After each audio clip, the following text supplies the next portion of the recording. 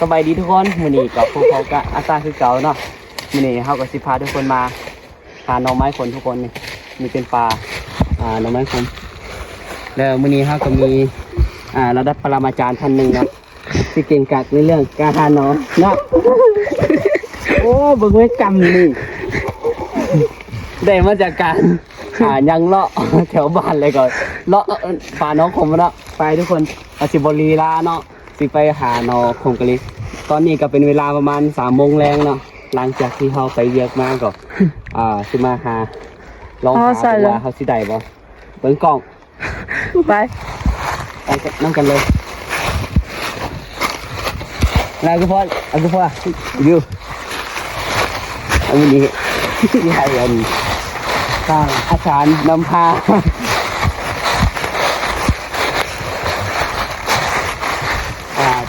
บริเวณเขาป่ามาเชื่อกับเดินเพลินอะไรทุกคนมีในการชุดที่ทอดเอฟซีทุกคนเลยเจอน้องเขียวนี่แหละแบบนี้แหละที่ว่าผมว่าทุกคนเนี่ยนี่แหละผมว่านี่แหละนี่สิเลย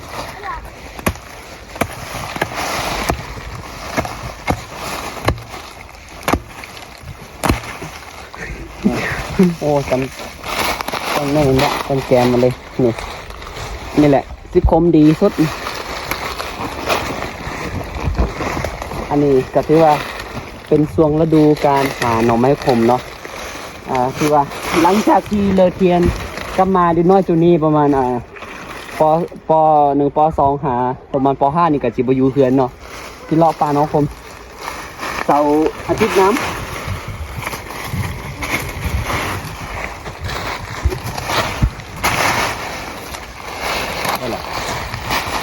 เลยงามกินมาละดูในตรงนั้นไปโอ้ทุกคนเจอต้นไงไม่ใช่โ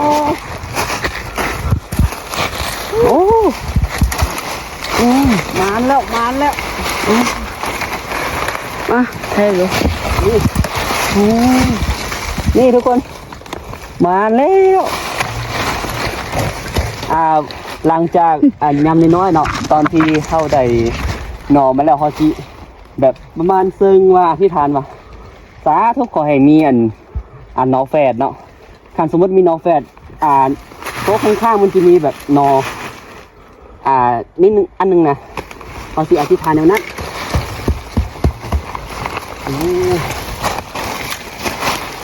เขามาก็มานแล้ว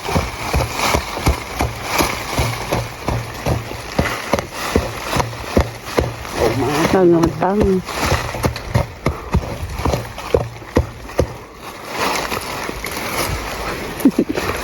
ตุลาตุเลสุดงง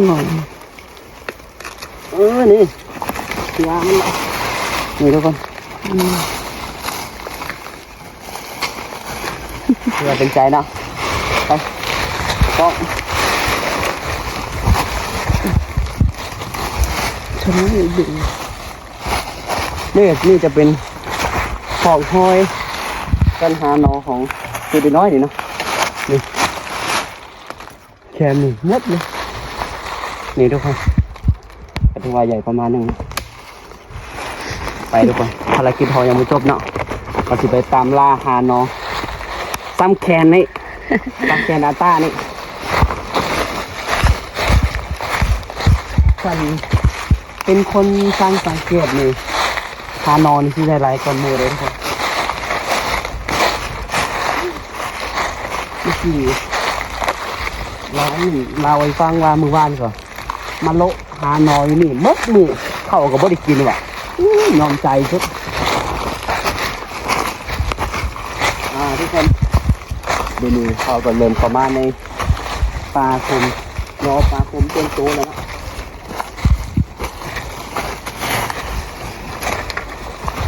ให้ตรงสังเกตทุกซอกทุกมุมทุกภาพเนาะเอาหม้อมาโอ้อาจารย์เท่าใดนึงละทุกคนอาจารย์เท่าใดนึงไง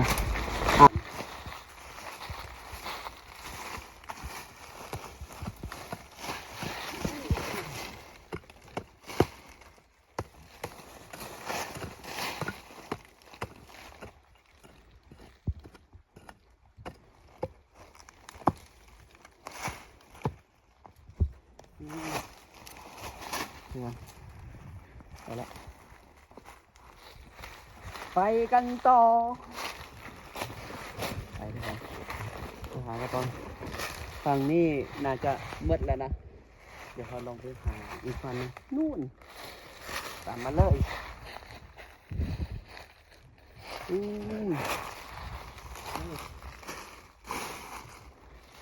ปลาคอนดีโตพุดขึ้นมาสูงๆอย่างนี้อาจจะคมกว่าโตอยู่ใต้ดินเนาะเดี๋ยวนี้จะคมกว่า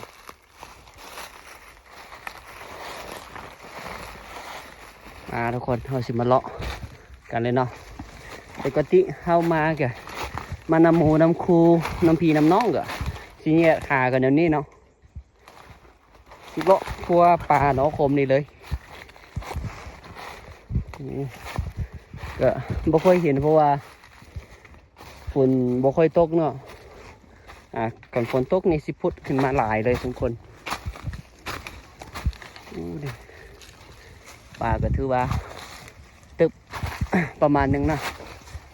พอถึงข้างหลายเราต้องกว่าสายตาไปทุกทีทุกบอล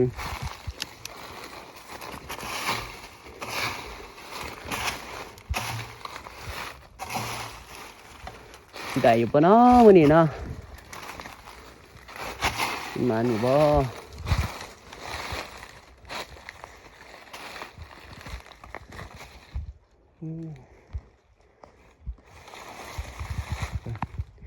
นี่ก็จะเป็นบรรยากาศ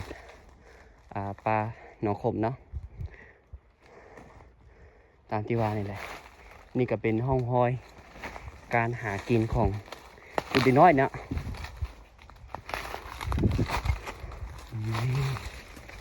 เขาสิแยกโตออกมามาหาตามอยู่ใส่เดี๋ยววะที่เพิ่นก็ได้ไปเดี๋ยวเขาเลาะหาก่อนทุกคนเดี๋ยวเจอแล้วสิถ่ายให้เบิ่งนี่ทุกคนเจอเป่าไม้แล้วเห็นแต่หัวมันเนาะนี่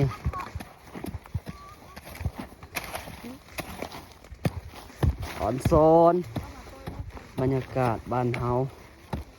หาอยู่หากินง่ายๆจังซี่แหละนี่ทุกคน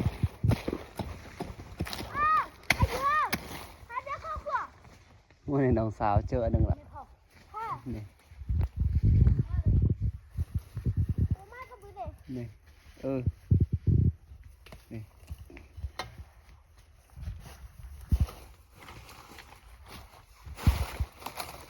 đấy bên này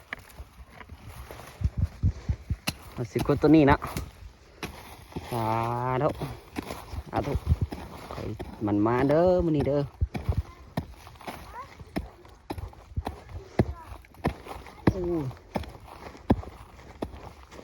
cái thứ ba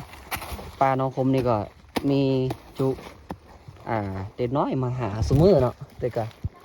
มันก็ได้กินอยู่นี่ทุกคนตอนนี้ก็บ่คือยามมาตาน้อยๆแล้วเนาะปลาโนคมก็บ่ค่อยมีหลายแล้วยามนั้นก็หาแบบเอาไปขายอยู่ตลาดจีนสินะวันเสาร์วันอาทิตย์ก็ให้แม่เฒ่าเพิ่นไปขายได้เงินมาก็ซื้อขนม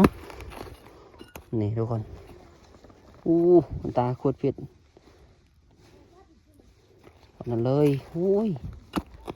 ได้สุดกูบอลเลิกพอทุกคนนี่ได้แล้วคมแทคมมาได้เลยไปหาต่อทุกคน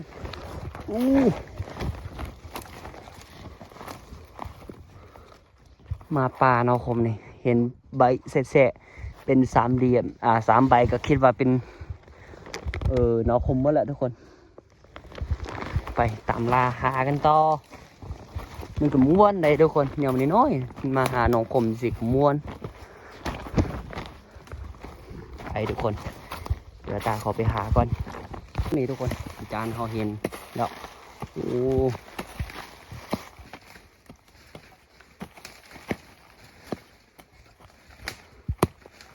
มาเนาะ นี่นะ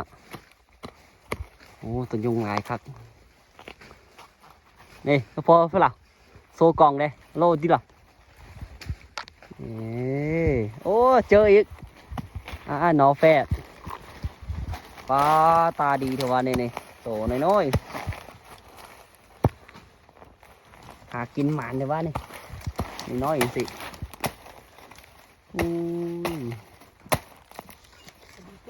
กองเห็นแล้วบ่ดีสักดูสิตาดูสิกองเห็นแล้วบ่นี่นี่จะกัดมันก่อนเฮาอีกทุกคนนี่ปลาเนาะ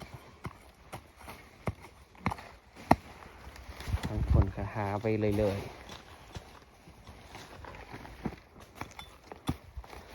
หมานบ่หมานเบิ้งโทงนี่ทุกคนก็ได้หลายอันอยู่จังสี่เหรอวะจังสี่เลยเอาไปแกงคักนะใส่เนาะ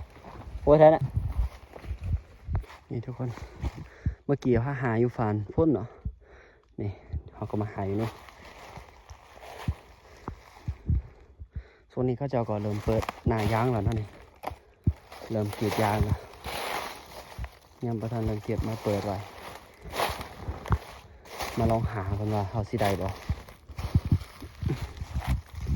โอ้นี่ทุกคนเจออันนึงละเจอมึงอันเร็ว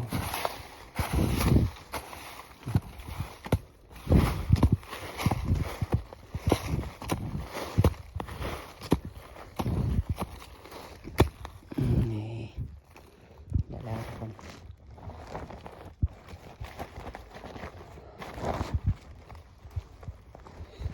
ได้อันนึงละ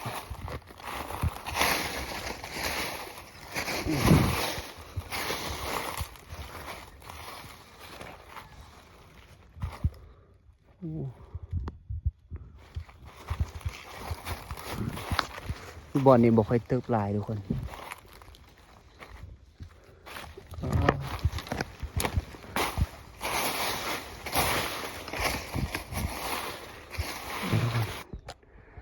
เจอหน้าผาโอ้ด้วมาหาไปหามากับเมื่อนึงเนาะนี่เจอหน้าผาสิได้ตายคืนนี้แล้วเนาะโอ้ถือว่าความสั้นนี่สุดยอดเลย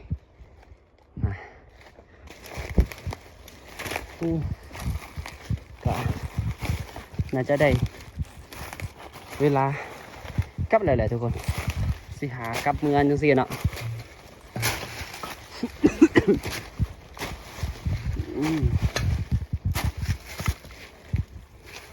อู้ยูอ๋อเป็นทางเลย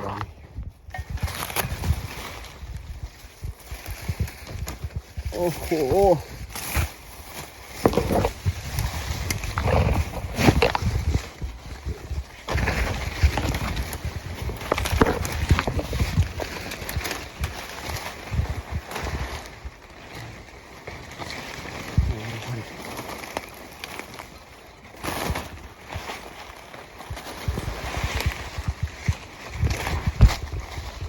โอ้ย